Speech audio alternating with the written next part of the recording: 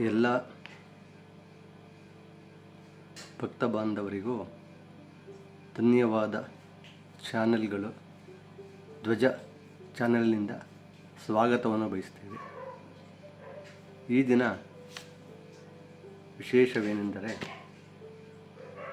ನಿಮಗೆಲ್ಲರಿಗೂ ತಿಳಿಯಪಡಿಸುವ ವಿಷಯವೇನೆಂದರೆ, ಸನಾತನ ಧರ್ಮ, ಈ ಧರ್ಮವು ಎಷ್ಟು ಹಳೆಯದಾಗಿದೆ, ಧರ್ಮದ ಇತಿಹಾಸವೇನು,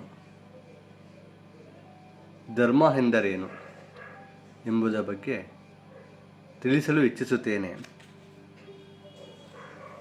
ಸನಾತನ ಧರ್ಮ ಎಂದರೆ ಈ ಎರಡು ಬಿಡಿ ಬಿಡಿ ಭಾಗಗಳಾಗಿ ವಿಂಗಡಿಸಲಾಗಿದೆ. ಸನಾತನ ಮತ್ತು ಧರ್ಮ. ಸನಾತನ ಎಂದರೆ ಹಳೆಯದು ಎಂದು ಅರ್ಥವಾಗುತ್ತದೆ.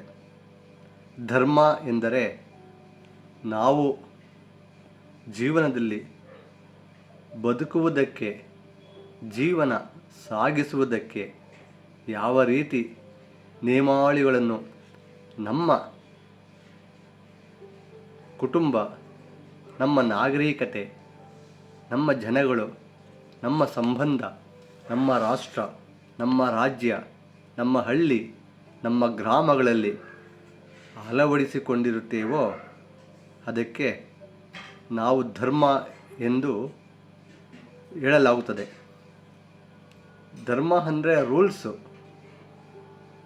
ಯಾವ ರೀತಿ ಹೇಳಬೇಕು, ಯಾವ ರೀತಿ ಮಲ್ಕೊಬೇಕು, ಯಾವ ಯಾವ ದೇವತೆಗಳನ್ನು ಆರಾಧನೆ ಮಾಡಬೇಕು, ಯಾವ ಯಾವ ದೇವತೆಗಳು ನಮ್ಮ ಶಕ್ತಿ ಇದೆ, ಎಲ್ಲಿಂದ ನಮಗೆ ಆರ್ಥಿಕವಾಗಿ, ಆರೋಗ್ಯವಾಗಿ, ಆಯಸ್ಸು ಮುಂತಾದ ಶಕ್ತಿಗಳು ನಮಗೆ ಯಾವ ರೀತಿ ಕೊಡುತ್ತೆ, ಪ್ರಕೃತಿಯಿಂದ ಆಗಲಿ ಪಂಚಭೂತಗಳಿಂದ ಆಗಲಿ ನಮಗೆ ಏನೇನು ಸಿಗುತ್ತೆ ಎನ್ನುವುದನ್ನು ಆಗಿನ ಕಾಲದಲ್ಲಿ ಮನೋಶಾಸ್ತ್ರದಲ್ಲಿ ಧರ್ಮ ಬಗ್ಗೆ, ಧರ್ಮದ ನಿಯಮಾವಳಿಗಳ ಬಗ್ಗೆ ತಿಳಿಸಲಾಗಿದೆ. ಅದನ್ನು ಇಲ್ಲಿವರೆಗೂ ಸಹ ನಾವು ಪಾಲಿಸಿಕೊಂಡು ಬಂದಿರುವುದರಿಂದ ನಮ್ಮ ಧರ್ಮಕ್ಕೆ ಸನಾತನ ಧರ್ಮ ಅಥವಾ ಹಿಂದೂ ಧರ್ಮ ಎಂದು ನಾವು ತಿಳಿದುಕೊಳ್ಳುತ್ತಿದ್ದೇವೆ.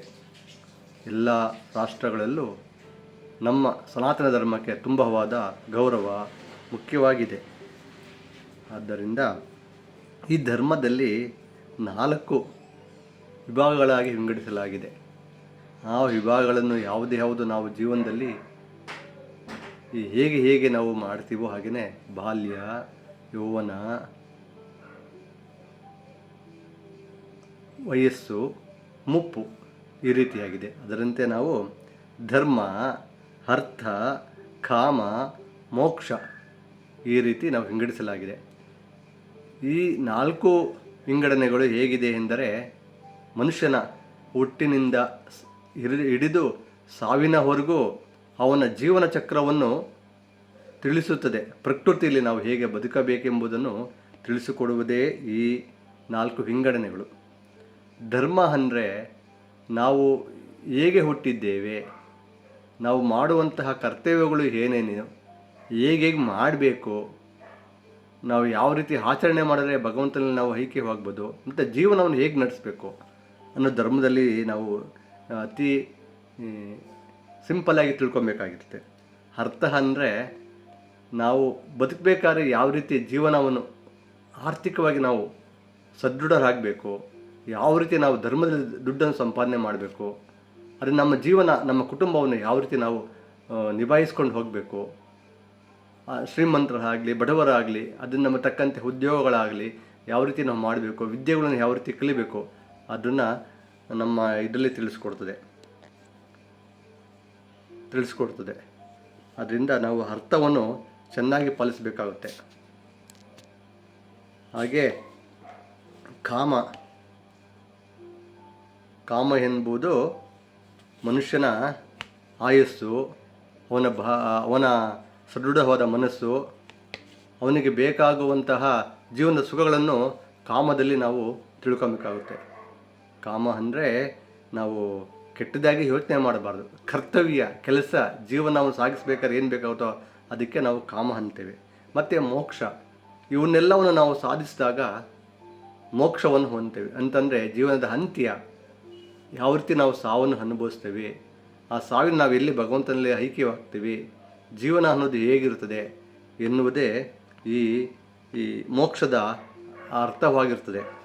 ಈ ಧರ್ಮ, ಅರ್ಥ, ಕಾಮ, ಮೋಕ್ಷ ಇವುಗಳನ್ನು ಯಾವ ಸಾಧನೆ ಮಾಡ್ತೇವೋ ನಾವು ಸನಾತನ ಧರ್ಮದ ಅನುಯಾಯಿಗಳಾಗಿ ಸನಾತನ ಧರ್ಮದಲ್ಲೇ ಹುಟ್ಟಿ ಮುಂದೆ ನಾವು, ನಮ್ಮ ಮಕ್ಕಳು, ಅವರ ಮಕ್ಕಳು, ಹೀಗೆ ಪಾರಂಪರ್ಯವಾಗಿ ಎಲ್ಲ ಸಮಾಜದಲ್ಲೂ ಎಲ್ಲ ಸಮಾಜದವರು ಸಹ ನಮ್ಮ ಭಾರತದ, ನಮ್ಮ ಸನಾತನ ಧರ್ಮದ ನಿಯಮಾವಳಿಗಳನ್ನು ಪಾಲಿಸಿಕೊಂಡು ಹೋಗ್ತೇವೆ.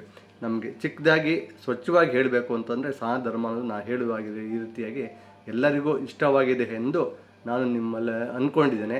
ಅದಕ್ಕೆ ವಂದನೆಗಳೊಂದಿಗೆ